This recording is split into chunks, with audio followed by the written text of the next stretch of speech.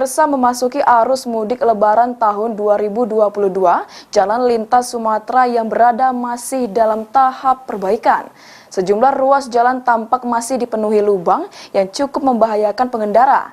Dinas Perhubungan Musirawas memastikan perbaikan jalan terus dikebut.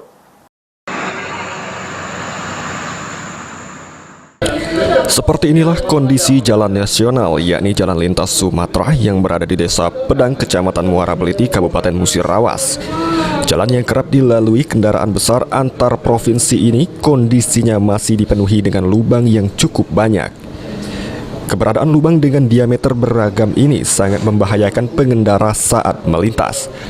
Terlebih lagi jika di dekat lokasi tidak ada lampu penerangan di malam hari.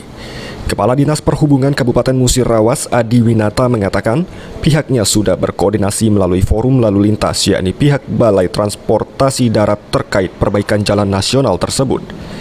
Pihaknya memastikan jelang arus mudik Lebaran tahun 2022, perbaikan jalan sudah rampung dan saat ini terus dikebut. Beberapa titik kita koordinasi melalui forum lalu lintas dan jalan nasional melalui Balai Transportasi Darat dan juga Balai Besar Jalan itu sudah mulai diperbaiki. Jadi insya Allah pada saat nanti mulai mudik itu seluruh ruas jalan sudah tidak mengkhawatirkan lagi. Selama arus mudik Lebaran 2022 terdapat 2 pos pelayanan, pos pemantauan dan juga rest area yang tersebar di wilayah Tugu Mulyo, Muara Lakitan, Muara Kelingi dan juga Terawas. Tri Hajaria, PAL TV.